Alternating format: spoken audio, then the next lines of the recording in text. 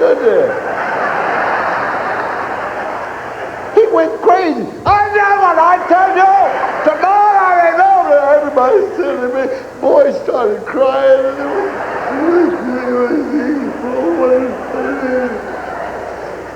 And now he's going, what have they given me? What have they given me? What is this that's going to fight against the enemy? People standing crying? When the enemy comes to kill you, is that what you're going to do? Well, everybody went crazy to kill enemy. I don't know. I just came in here because I got a girl pregnant. I didn't want to fight everybody.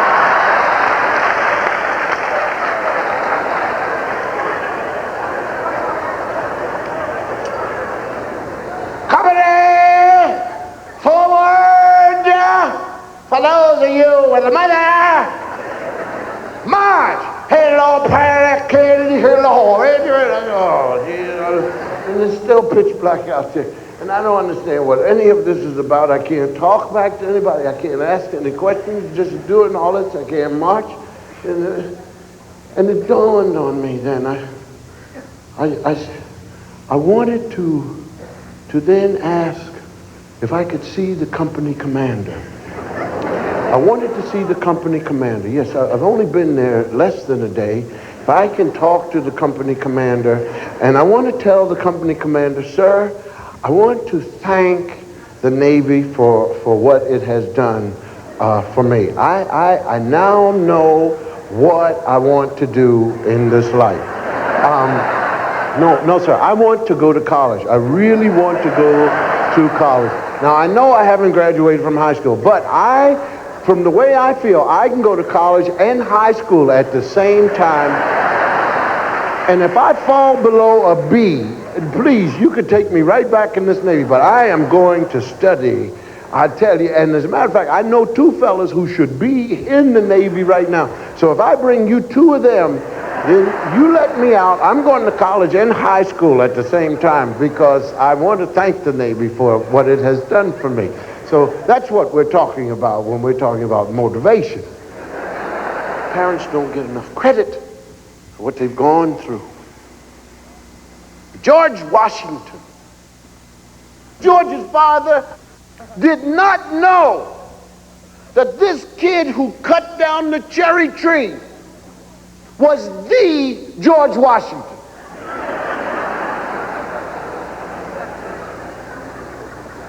Oh, they tell you in the school, George Washington cut down his father's cherry tree, and his father came home, and his father said, George, why did you cut the cherry tree down? And George said, Father, I could not tell a lie, for it was I, and that's all I knew.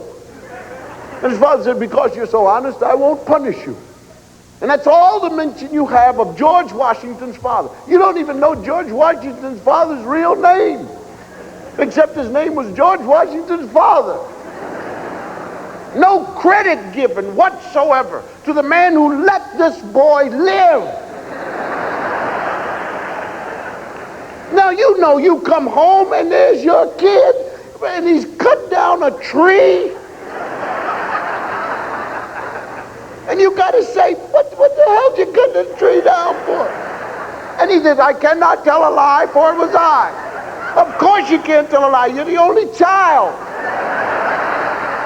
Nobody else here to cut a tree down. And his father had to go to work. You know my dumb kid did, man. I come home and there's a tree laid out. And he doesn't know why he did it. So you take him to a psychologist. Psychologist, well, he's interested in forestry.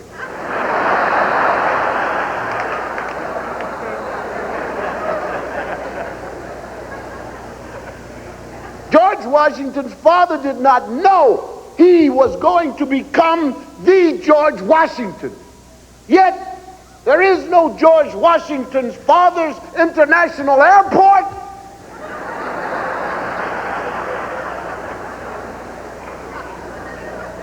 We let that boy live not knowing what he was going to become. And even when your children become middle-aged or whatever, you don't know what they're going to do. Benjamin Franklin's parents in the house looking out the window, there's their son standing on a hillside in the middle of an electrical storm, flying a kite. with a big iron ring on the end of the string, asking for a bolt of lightning to hit him. The neighbors loved it. Come here, look at the Franklin boy. Come here.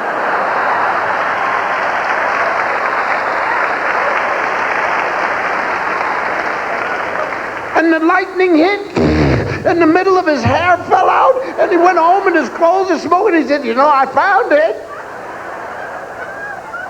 They didn't know he was the Benjamin Franklin. Yet there is no Mr. and Mrs. Benjamin Franklin Mall.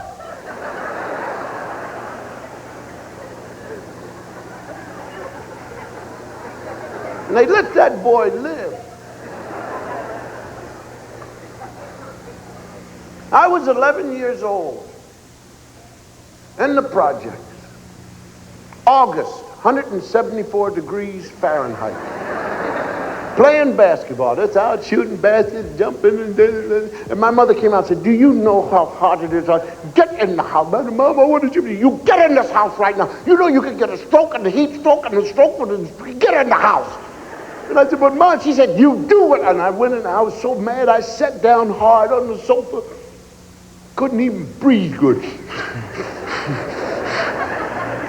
My father came by and said, Dad, Mom won't let. My father said, you do what your mother says.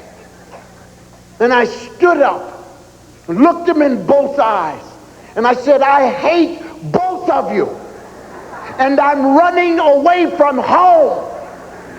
And my father lifted me up over his head and said, how far do you want to go?